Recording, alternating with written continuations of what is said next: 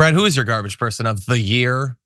This was a tough one, John. A lot of garbage this year. And the ultimate question that faces you is, do I do an actual evil person or do I just do kind of a trashy booger? And for me, I always like to veer toward trashy booger. And my trashy booger of the year is Lauren Boebert. Colorado does have some of the most strictest gun laws. When 9/11 happened, we didn't ban planes. We see more deaths by hands, fists, feet, even hammers. Are we going to start legislating that away? The church is supposed to direct the government. The government is not supposed to direct the church. That is not how our founding fathers intended it. And I'm tired of this separation of church and state junk. I mean, look at AOC. Why does everything come back to people want to have some sort of sexual encounter with her? We get in the elevator and I see a Capitol police officer running hurriedly to the elevator. I see fret all over his face. I look to my left and there she is. Ilhan Omar. Whoops. And I said, well, she doesn't have a backpack. We should be fine. You gotta love Lauren Boebert for really mixing together everything that makes someone garbage. And this year, she took herself out. That's what makes her garbage. She's taking herself, the garbage, out of her own district after boobgate / vape gate that rocked the vape nation. Lauren Boebert, who like her entire identity is what? Like, what is her identity? It's like pretending she's so smart. She is like the comment section of a like prepper den Facebook community got hit by gamma radiation and sprung a human form. And so I just think she's absolutely horrible. She's not, I don't care that she's going on sick ass dates to Beetlejuice and getting all horned up while she vapes. Like, that's America to me. I didn't say I like her less than I did last year. I like her more because of that. But then you remember that she's always calling out people for not being principled and or not being good Christians or whatever. And then when she herself gets called out for that, she goes on like Dave Rubin and says stuff like, I know what I'm supposed to do as a good, person, but I don't. And so I pray on it and I get forgiveness for it. It's like, well, you don't hold other people to that same standard. And I don't think that your holiness is actually real.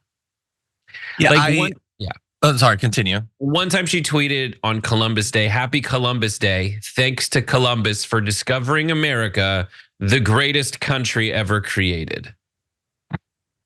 And that really encapsulates just the cursory, it's not like, are you smarter than a fourth grader? But like, do you know as much about America, the country that whose sanctity you profess to protect as a fourth grader? And the answer is no.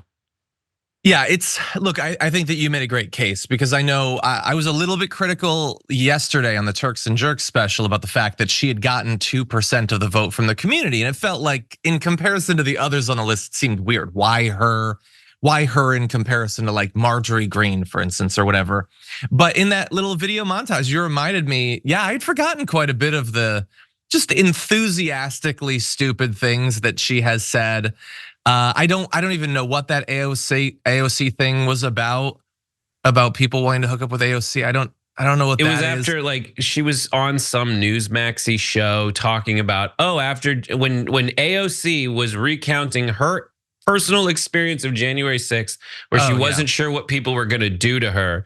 Like Lauren Boebert, who calls herself a victim left, right, and center, 100% is just saying that people who do that, she's like accusing AOC of doing it as though she doesn't do it all the time. Yeah, the church and state stuff is amazing. Like, first, she has literally no idea what the founder said about literally anything. The idea that the church is specifically supposed to direct, read a single book. Honestly, that's my response to her in general as a person, is like, literally, if you had ever read a single book, you might be a far better person than you are. Her persona is annoying girl in your high school. That's basically what it is. And there's other versions of that in Congress. I think Matt Gaetz is kind of like that annoying guy in your high school, like Western Civ class or something.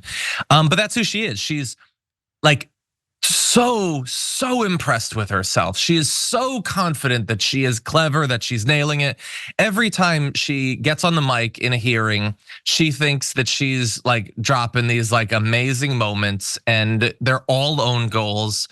I don't particularly care about the Grope Gate thing. Again, like you can publicly Beetlejuice whichever guy you want. I don't really care about that. If anything, it is, again, it's the hypocrisy. Like, and we're gonna have another example of that later on the show. The fleeing of her district rather than actually trying to appeal to her voters. I think there's a lot of things that justify her place in this spot. So kudos to you, Brett. It's not a bad choice. Thank you, John.